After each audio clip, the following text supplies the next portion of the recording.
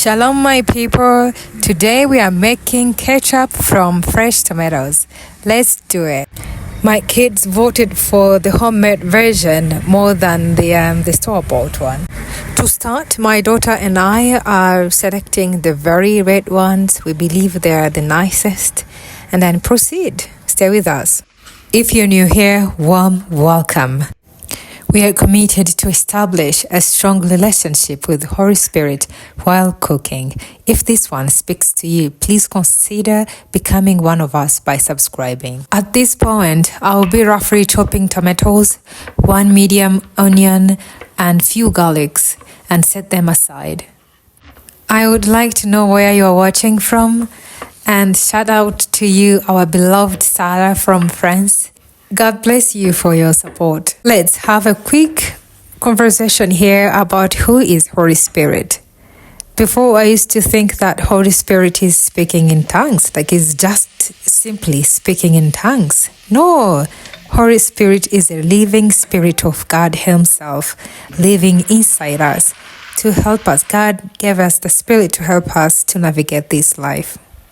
Now that everything is chopped, let's start making our ketchup.